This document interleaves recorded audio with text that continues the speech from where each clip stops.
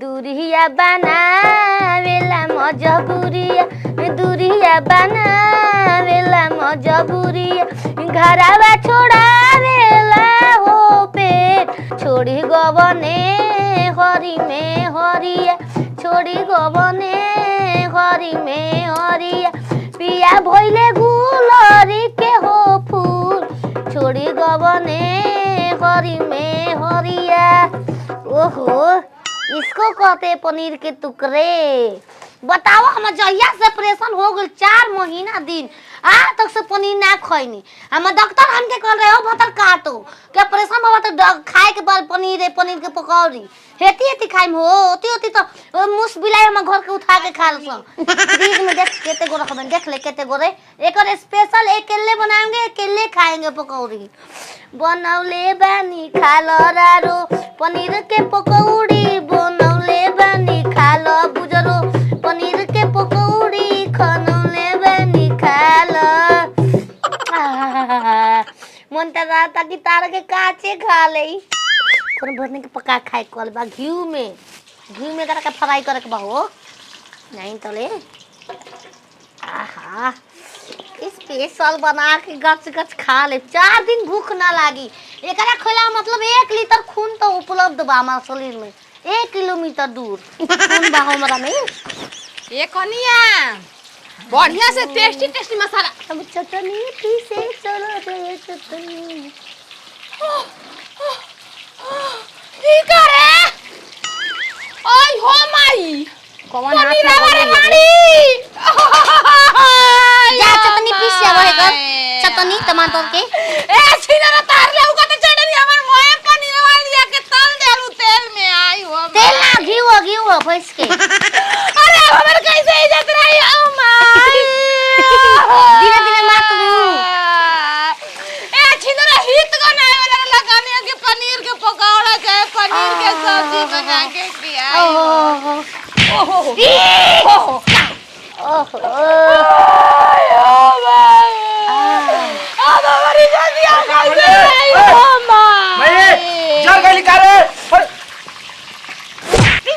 नाती कहले के हमर माई बोले ले का कहले जा बाबू पनीर मारे अरे का बोले पनीर रखे का बोल जीजा वाला ना कने पनीर के पकौड़ा बनाए तो बन जाता बा पनीर करवा तड़ू नाती खोड़े बनाता पूरा पनीर बनाता नाती हो आधा किलो पनीर का दी रामगढ़ गई ने 40 रुपया किराया लगा के तार माई मोए छान देला ना अरे भेलरी के खाइए हां पप्पा के बेटी जवान देखलू तवन सोचलू घरे बना दे के हमारा से ए हम अपने के बनाते के ले ना खर बनाई हो अबे शेर के लेग पीस लिया बनी शेर के साजी के बनाई चुप रे चुप पनीर लिया तनी अब बे राम पड़ जाए के ना पड़ी फिर 40 रुपया किराया लगा बता रहा माई दी कोई देखो अरे लबरी ओ बाबा रे जब कैसे रही हो माई हम कितना जी चले हंस के बतियाले रहनी है हम बन गई हो हमारा बनाना के बेसी काम नहीं थे हमारा तो छान देती निकाल देती है धरबे न करी धीरे से खसा का ले हम लोग हो सही खियाई अपन जीजा हो सही खियाई हो सही तो कहती थी काट के अपन जीजा के अपने हाथ से गुटो खियाई थी वो मारो सन जीजा के उ जीजा है ना मौसा है ना बुझाता हमार गीजर में गिर जा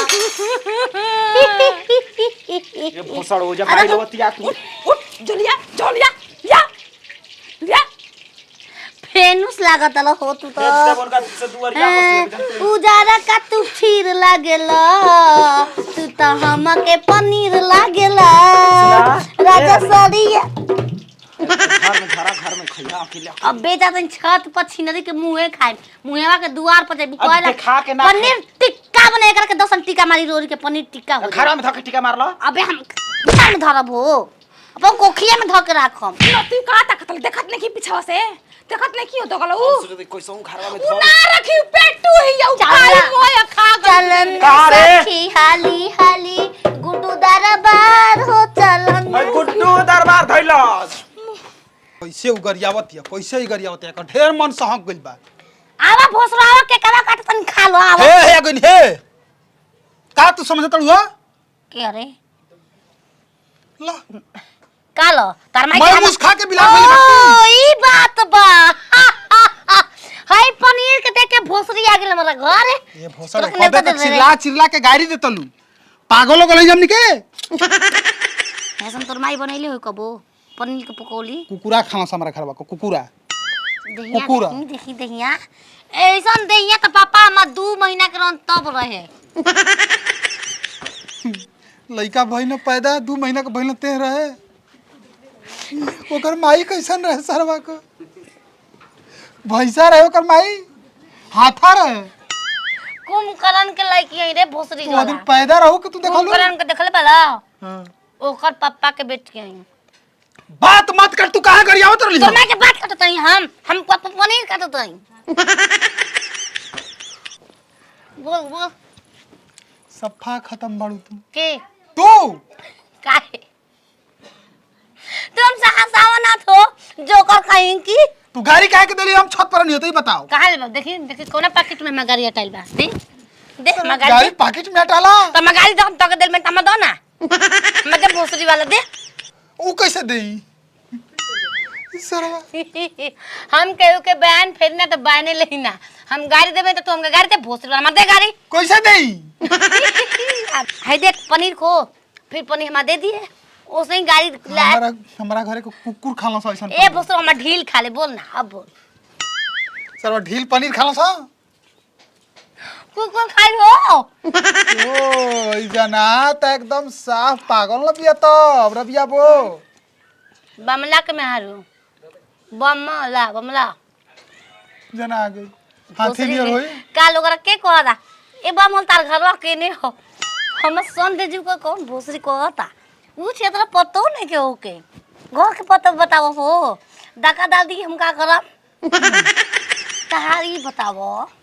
तू दूर रह ए बुढ़वा तार बोरे बोरे बाल का पार लेखा गाय बा शान हो मुंह छ बरवानी का शान रखी ना गुड्डू मुखिया जी हई हम अगला साल दशहरे में अरे हाँ दशहरे में तोर पुटबला बना के डिंगरा कड़क करब दी हमार पुतला जराएंगे जी तनी नीचे से बात करबू तार माई के नीचे से बात करी फिर गाड़ी कैसे मोले वाली दी हाँ तब हम प्लास्टिक करे भूसी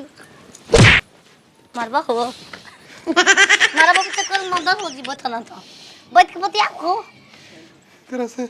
पुलिस वाला भेजब तोरा घरे पुलिस वाला हाँ। उठा के ले जीव ए इज्जत ना करो भोसरी वाला के इज्जत ना करो खुश रह हमारा घर रुको का करे बैठी बैठी पनीर कबे कई गरियावतिया कबे का गरियावतिया छत पर ले बैठ के खातिया गरियावतिया छीनरा तोहार से पनीर पकोड़ा मुखिया जी घर ना बना के लिया के खाओ तो लोग करिया हम ना मुखिया जी को तो पागल खाना में भेजवाई है करा के हम भेजवाई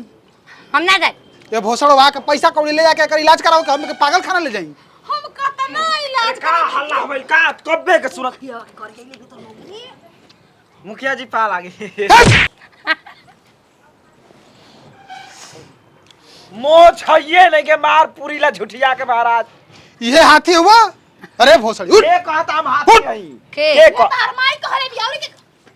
का हो बुढ़िया आज तोर भतरा हमरा में मिली ना हो हई के कति को भाई हई कति को ए बा मुखिया जी छोट बात से कह तो लिए कि हम एकरा कहे नहीं अरे भगवान अरे देखन में छोट लागे घाव करे गंभीर अच्छा। अधिकार हुए जानता नहीं वाह वाह तब कमर में दर्द दे दी भोसरी के सुनो अपने बेटा के पूछ ला कमर डैमेज नाही करब होई गारंटी लिख के दा मुंह से लेगा भाषा कोनो इज्जत में खतर भोसड़ो ए मुखिया जी हम जाइए इधर हम कुछ ना करो पुलिस फैसला करी कहले देखिए गोल पर जात है थाना पर केस करे पुलिस आई हट पुलिस एगो मेहरारू पर केस चढ़ाई बउआ